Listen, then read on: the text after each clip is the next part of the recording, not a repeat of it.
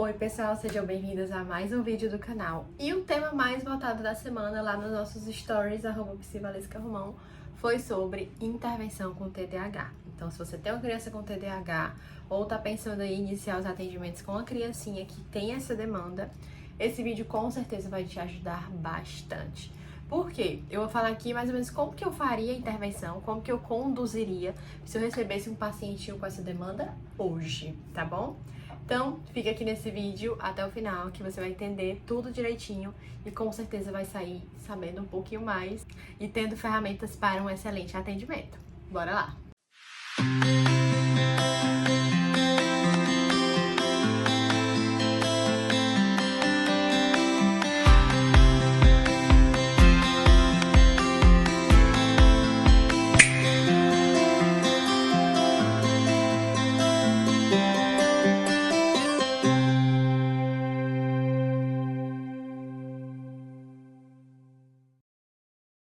Mas antes de começar o vídeo, não esquece de dar aquele like, se inscrever e ativar o sininho, porque tudo isso aqui que a gente tá conquistando no YouTube é 100% orgânico. Eu fico muito orgulhosa. Sério, porque não é fácil, né? Então significa que é um conteúdo que vocês gostam, que vocês aprovam e que tá funcionando e ajudando de alguma forma. Então, não esquece de fazer isso. Pessoal, se você recebeu uma pacientinha ou um pacientinho que tem o diagnóstico ou que você está suspeitando, a minha principal orientação é que você mesma entenda o que é TDAH. Se eu te perguntar hoje o que é TDAH, aí você vai dizer, o transtorno do déficit de atenção e hiperatividade. Beleza. Mas assim, você entende como é o funcionamento, por exemplo, a nível neurobiológico desse tipo de transtorno? Por quê? Porque isso vai interferir diretamente no que você vai conseguir demandar e do que você vai conseguir solicitar do seu paciente. Inclusive, na hora ali que os pais estabelecerem objetivos terapêuticos, você vai ter que dizer que... Você só vai poder dizer que consegue aquilo que você realmente vai poder fazer. Porque já pensou? Os pais dizem, não, eu quero... sem medicação, que você resolva, que ele se concentre, que ele tire nota boa. Aí você diz, eu vou conseguir. Gente, será que você realmente vai conseguir tudo isso, né? Então, pode ser que sim, não estou dizendo que não, mas você tem que entender até onde você pode ir. E por isso, eu vou te dar uma explicaçãozinha super rápida que eu dei lá na nossa aula de TDAH, no nosso grupo de supervisão. Vou até mostrar um pouquinho aqui na tela, porque é algo muito importante para vocês compreenderem e fazerem uma espécie de psicoeducação tanto com os pais quanto com pacientes de vocês. Gente, pacientinhos com TDAH normalmente apresentam uma baixa na regulação de adrenalina e noradrenalina. Tem vários estudos já comprovando isso cientificamente. E qual que é a repercussão disso, tá? Esses pacientes têm mais dificuldades em manter o foco, em manter-se muito tempo numa atividade não prazerosa e continuar uma tarefa com atenção sem que os distratores ali atrapalhem. Então, é algo neurobiológico também. Então, não basta só você dizer que vai alcançar, que vai conseguir, que vai, enfim, fazer, né, tudo direitinho ali, só com a sua força de vontade. Você tem que entender como é que é o funcionamento desse paciente, você tem que entender o que o cérebro dele consegue te oferecer, né, o máximo ali, para conseguir estabelecer os objetivos. Então, já deixa isso muito claro para a família, que uma criança com TDAH é uma criança que tem uma questão ali neurobiológica. Então, na psicoterapia, nós vamos criar ferramentas e estratégias para ajudar essa criança a conseguir desempenhar bem as suas atividades cotidianas. Porém, né, já deixa isso claro nos primeiros atendimentos, principalmente se a sua criança não toma medicação. Porém, a gente vai avaliar no decorrer da intervenção se a psicoterapia vai dar conta. Porque, às vezes, essa desregulação é tão, assim, grande, né? Não encontrei uma palavra aqui para trocar, mas às vezes esse nível de desregulação é tão grande que não somente a terapia comportamental vai funcionar. A criança vai precisar também de uma intervenção medicamentosa que, junto com a terapia, vão fazer efeitos extraordinários ali na vida dela. Então, por que eu tô te falando isso? Já deixe claro na anamnese, certo? Tá ali conversando com a família falou, ele tem TDAH, tem diagnóstico, mas a gente não quer dar medicação, nananã. Você vai explicar esse conceito que eu falei pra vocês agora, da neurobiologia do TDAH, e vão dizer que vocês vão avaliar juntos se as estratégias realmente estão sendo eficazes, porque, provavelmente, se não tiverem, a gente vai ter que entrar no momento em que nós vamos solicitar amparo de outros profissionais, no caso, psiquiatras ou neuropediatras. Então, já deixa essa informação ali, no começo da intervenção. Um segundo ponto muito importante é saber com a família se a criança já sabe do diagnóstico, se ela já tem ideia, se ela já, enfim, se é algo que ela entende, tá? Porque algumas famílias desejam não contar.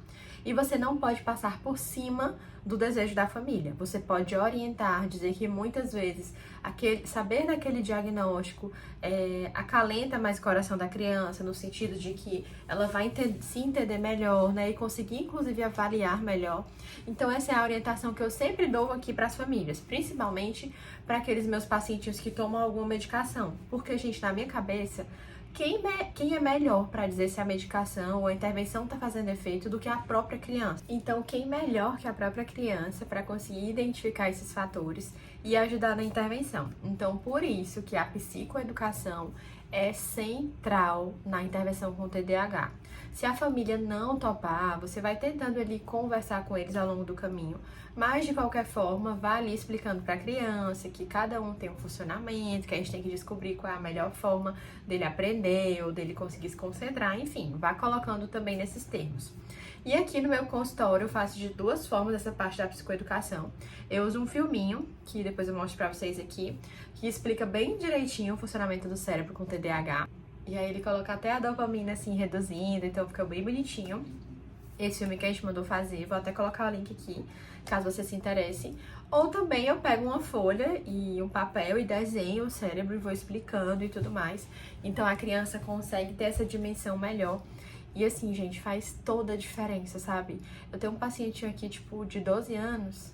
Agora ele tem 12 anos, mas na época que começou a intervenção, ele tinha 10 para 11. E ele tava muito desregulado e hoje ele chega, ó, tinha medicação tal, assim, tá funcionando nesse sentido, nesse outro aqui eu percebi que nananã. Ou então aquela intervenção que você passou, eu usei a estratégia tal. Eu tento deixar os meus pacientes conscientes do processo, mesmo as crianças, né? Então, é algo que é uma postura minha e eu acho que é justo até com eles fazer isso. A segunda coisa que você precisa muito fazer na intervenção é entender quais são as principais dificuldades do seu paciente. Quais funções ali, principalmente funções executivas, né, estão mais afetadas no quadro daquele paciente específico. Então, eu vou dar um exemplo aqui de um paciente meu que tinha muita dificuldade na execução de tarefas cotidianas. Então, a gente criou uma espécie de atividade, que inclusive também está na nossa plataforma, em que ele precisava, deixa eu mostrar aqui para vocês, escolher uma atividade cotidiana e depois fragmentar em passos menores para conseguir se organizar. Então, vai depender muito também das demandas que o seu paciente tem, né, do que ele apresenta, para que você consiga elaborar ali atividades específicas para intervir de acordo com a necessidade dele. Então, esse é o primeiro ponto. Na verdade, esse é o segundo ponto. O primeiro ponto é a psicoeducação. O segundo ponto, identificar demandas específicas para direcionar atividades específicas. E o terceiro ponto, que é muito fundamental, todos são, né, gente? Mas é a psicoeducação e orientação parental. Então, os pais precisam entender sobre o diagnóstico, eles precisam saber ajudar o filho a se regular, a trazer estratégias alternativas, a evitar, por exemplo, usar ali punições muito severas ou que impactam muito no processo da criança, sendo que muitas vezes isso já aconteceu comigo, tá? Sei lá, uma criança com TDAH tirou nota baixa.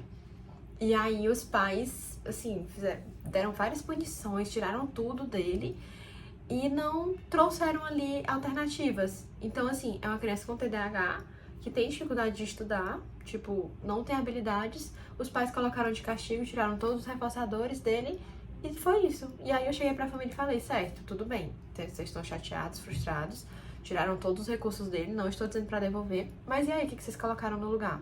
Tipo, vocês sentaram pra estudar com ele em algum momento?